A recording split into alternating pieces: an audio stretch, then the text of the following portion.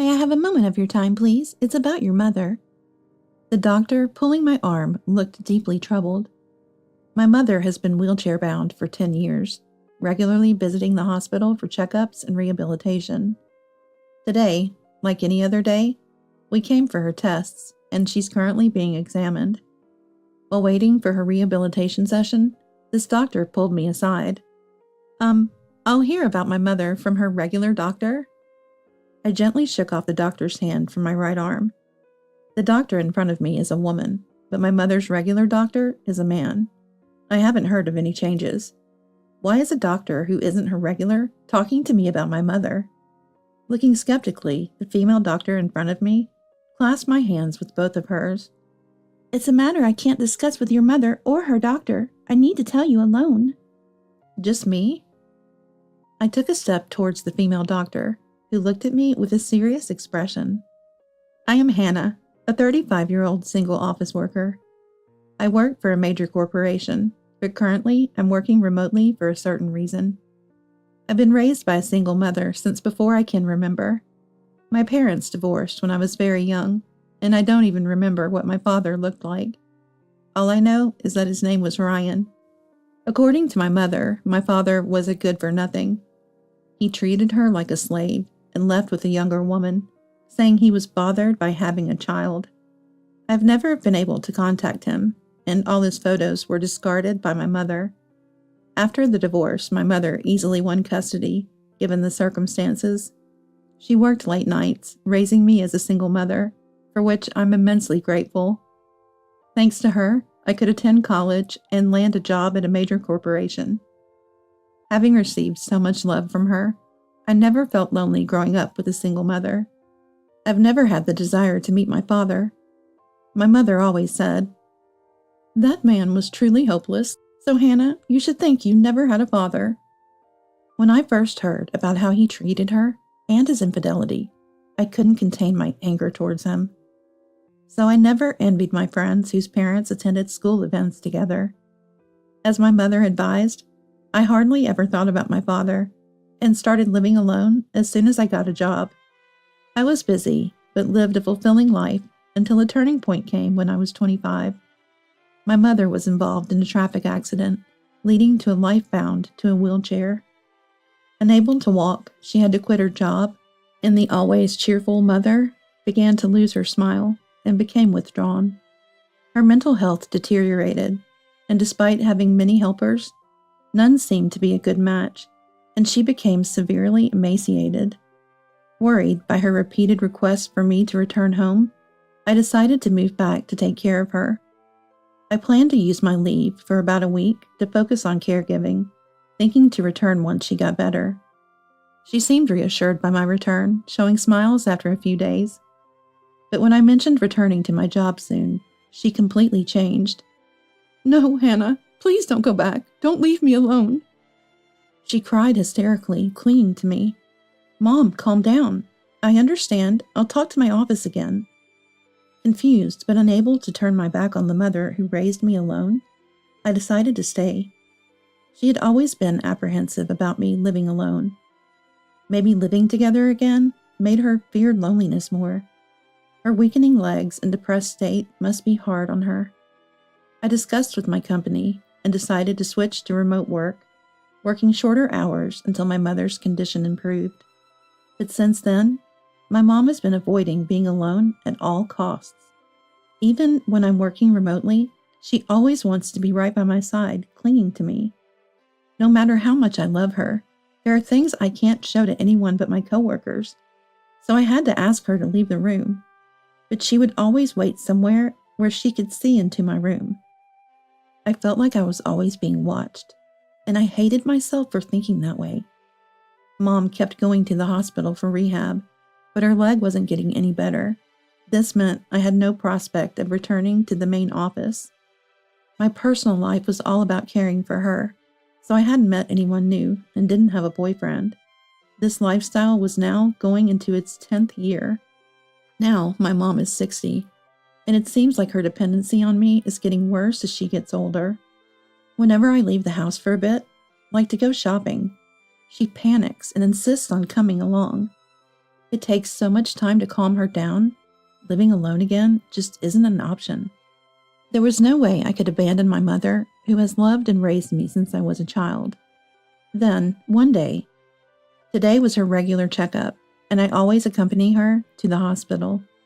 Her doctor, Daniel, a man in his 40s, has been treating her for 10 years, and I trust him completely. After Mom went into the examination room, I stepped outside the hospital to handle some work calls. When I returned about 10 minutes later, a doctor stopped me. "Excuse me, you're Madison's daughter, right?" Madison is my mom's name. The doctor, who appeared to be around my age, was a woman named Amelia. She recently started working at the hospital and works in the same department as Daniel, my mom's doctor. Surprised, I replied, "Yes, that's me. Is there something wrong?" "Do you have a moment? I actually need to talk to you about your mother." "About my mom? Sure, I don't mind." I nodded, assuming the examination wasn't over yet. Amelia then led me to a small private room near the examination rooms, seemingly used for consultations. I took a seat as she suggested, and Amelia, sitting across a small table, looked straight at me and asked, "So you're back at your parents' house taking care of Madison, right?" Yeah, that's right." I told Amelia that I've been working from home while taking care of my mom for the past 10 years. Since I moved back home, I hardly had any chance to hang out with friends, and I never talked to anyone else about it. Amelia listened quietly, nodding, and I found myself venting about my daily frustrations. "I'm sorry for rambling on like this." "It's okay. So it's been 10 years? She smiled kindly at me, and then seemed to ponder something looking down. When she looked up, her expression was serious, and she started to speak. But what reached my ears wasn't Amelia's words, but my mother's scream. Rushing to the door, what I saw left me speechless. And Amelia, slowly shaking her head, said, "You need to leave your parents' house right now. You have to get away from your mother." Her words left me speechless, and I could only nod silently, holding back a surge of anger. Without going back to my mother, I returned home. As soon as I got back, I started packing my things in a hurry. The image of my mom at the hospital was still fresh in my mind. 2 hours later, I was still packing. My phone kept ringing with calls from Mom. She must be panicking because I hadn't shown up after her appointments. But I ignored the constant ringing and only answered in the evening when I had finished packing. "Hannah, where are you? I've called so many times. Why didn't you answer?" As soon as the call connected, my mom yelled at me. Normally, I would apologize immediately. "Where am I? I'm home." But this time, I replied indifferently. "You left me and went home first? Why would you do that?" My mom was almost hysterical, screaming at me. Sighing, I said, "Mom, I can't live with you anymore, so I'm leaving the house." And with that, I firmly told her my decision. What are you thinking? If you were gone, I couldn't go on living. How do you expect me to get home from the hospital?" "Why don't you walk home? Your legs have been fine for a while now. You don't really need the wheelchair or the care, do you?" When I continued like this, my mother let out a short cry, sounding almost like a scream. I could picture her terribly upset. "I found out everything that you've been hiding, Mom." I told my mother about what Amelia had shared with me and what I had witnessed myself at the hospital. According to Amelia, recent tests showed no abnormalities in my mother's muscles, bones, or nerves. She came up with the idea that it might be a psychological issue. My mother had convinced herself she couldn't walk, and therefore she really couldn't.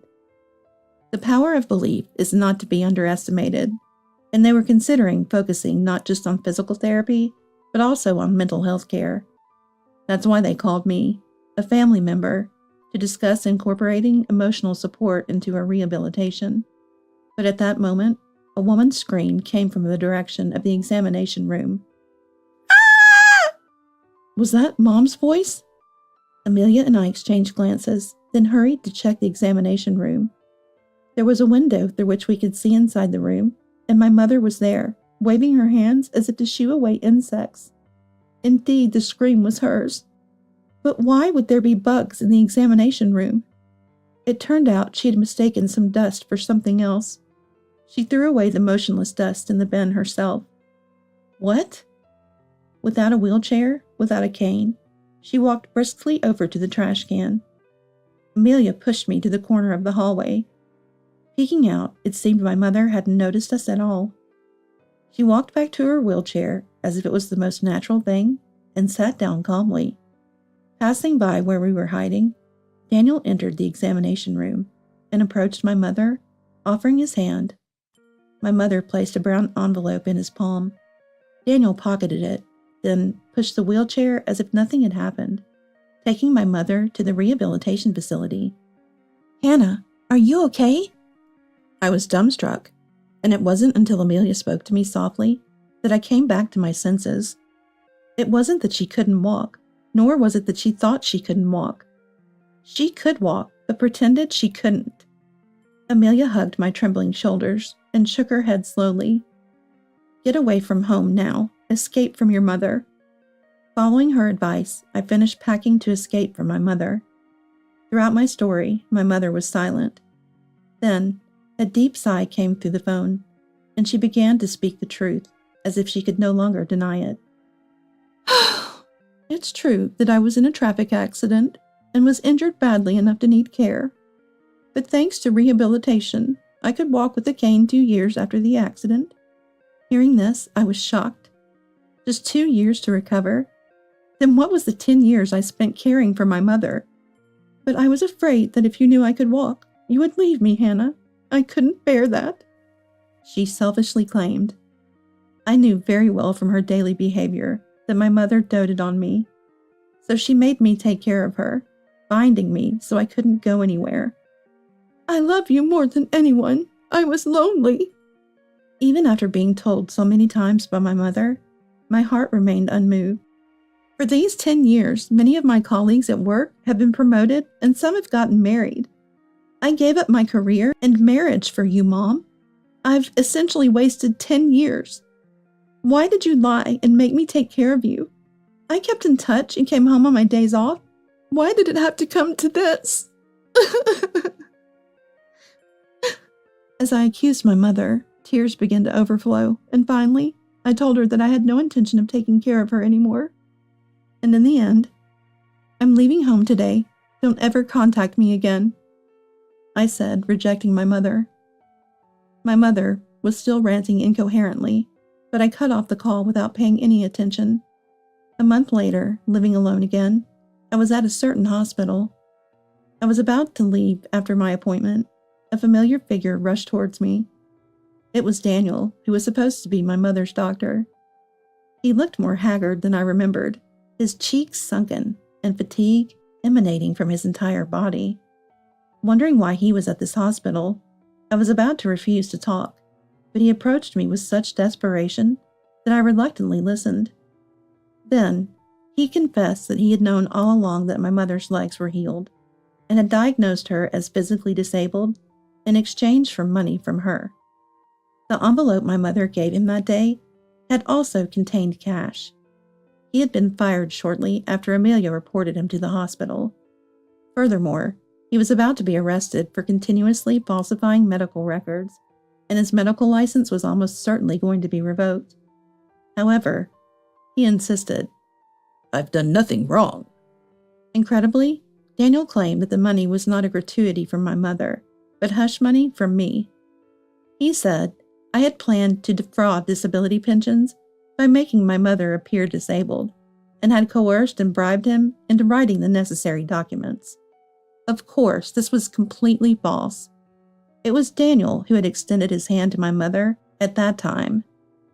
Unbelievable that he would try to shift all the blame onto me now that he was facing arrest. "What are you talking about? I didn't do anything like that." "No, that's the truth. I'll tell the police everything without hiding anything," Daniel shouted, his eyes bloodshot, and I turned pale. There was not a shred of evidence in Daniel's story, but it was also difficult for me to prove that I had nothing to do with them. As I was turning white, fearing being asked to prove a negative, a man approached me. He stood in front of me as if to protect me from Daniel. You are the hospital's director, aren't you? Oh, excuse me. I have something to discuss. At the sight of the man, Daniel's face turned ashen. He approached with a forced smile, rubbing his hands together, but the man frowned and glared at him. What are you going to do to my daughter? What, daughter? The man Daniel glared at was the director of this hospital and, as it turned out, my father, Brian. Yes, my father, who divorced my mother when I was young. Actually, my father was a doctor. After the divorce, my father had risen through the ranks and was now the director of a major hospital. He was also one of the people who had agreed to revoke Daniel's medical license upon learning of his deeds. Oh, your family. Then please, let's talk. I was coerced by her to write the diagnosis. It must be hard for a father to see his daughter become a criminal, right? Could you please put in a good word for me? Daniel apologized deeply on the spot and begged my father for mercy. But my father shook his head sternly. Don't be ridiculous. You and the hospital, the administration, have all been deceiving a daughter who cared for her mother for 10 years. Madison to keep her daughter tied to her home, to receive disability pensions, and you, to pay off gambling debts. You fraudsters deserve to be punished. I firmly dismissed Daniel's appeal. Damn it. Realizing he was helpless, Daniel collapsed right there. The surrounding glances gathered noisily, and I could only watch his form with indescribable feelings. Then suddenly, I was yanked hard from behind. Surprised, I turned around and there was my mother, standing firmly on both feet, with a terrifying expression. You! What are you doing to Hannah? She screamed, glaring at my father. Mom, why are you here? Because I knew Daniel was looking for you. I followed him. I thought it would lead me to you. My mother's obsession with finding me was intense, and it sent shivers of fear down my spine. Give Hannah back to me. I won't let her go to someone like you. Hannah, let's escape quickly. My mother, screaming at my father, had an unprecedented, ferocious look. I shook off her hand and yelled, Stop it! I know that all the stories you told me about Dad were lies. As I said this, my mother's expression changed, and she began to look unsettled. In truth, my mother had been feeding me lies since the divorce to prevent me from wanting to see my father. The stories about my father treating her like a slave and leaving her for a younger woman were all false. My father, an excellent doctor, had always been incredibly busy and knew little rest.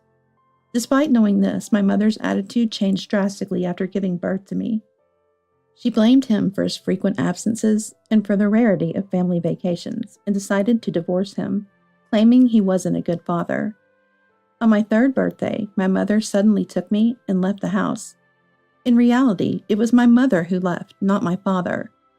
After the divorce, my mother received custody because my father, despite having a sufficient income, didn't have the time for childcare.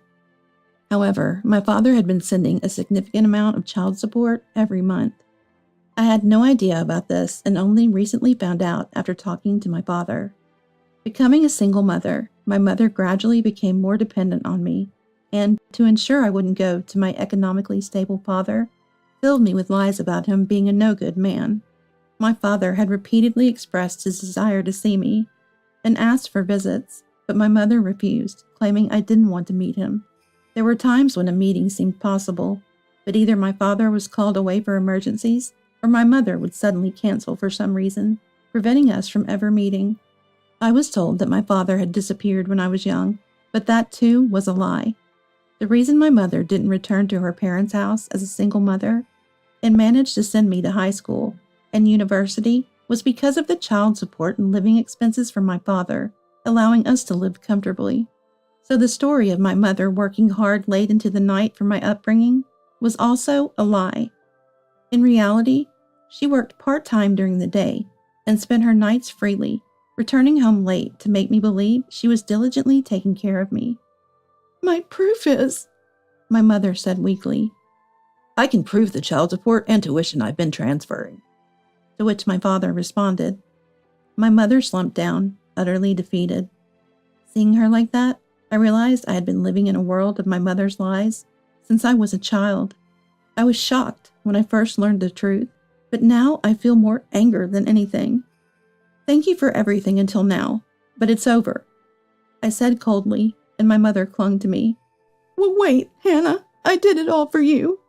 Not for me, but for yourself, right? You got a lot of money and pretended to be a struggling single mother. Was it fun destroying your daughter's 10 years with lies? I can't trust you anymore.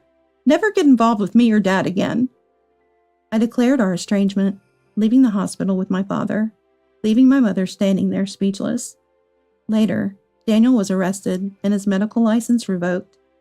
He was imprisoned for repeatedly forging medical records, and the hospital he worked for demanded a large sum of money for tarnishing its reputation. Moreover, my mother, who had bribed the doctor for false diagnosis, was ordered by the administration to return all the pensions she had received, with interest, and was also charged with fraud. What life my mother will lead from now on is no longer my concern, as I have severed ties with her. As for me, unknowingly becoming dependent on my mother and being betrayed by her, I was mentally devastated and had to seek treatment at a major hospital. I reconnected with my father while getting a referral letter written. He remembered me when he saw my full name and was happy to learn he hadn't been forgotten. Currently, I have returned to work at the head office, balancing my job and hospital visits. Later, I met with Amelia, who revealed the truth about my mother to thank her, and we exchanged contact details. Being of a similar age, we now occasionally meet for coffee. It's refreshing and enjoyable to chat like this with someone other than my mother. I also regularly keep in touch with my father, reclaiming our parent-child time. I'm going to see a movie with Amelia soon. I haven't been to the movies with anyone in about 10 years, so I'm really looking forward to it. I reported this to my father during a dinner after work one day. He smiled gently and said, "From now on, live your life the way you want, Hannah." I nodded deeply. Going forward, I plan to live a fun and fulfilling life, considering my future.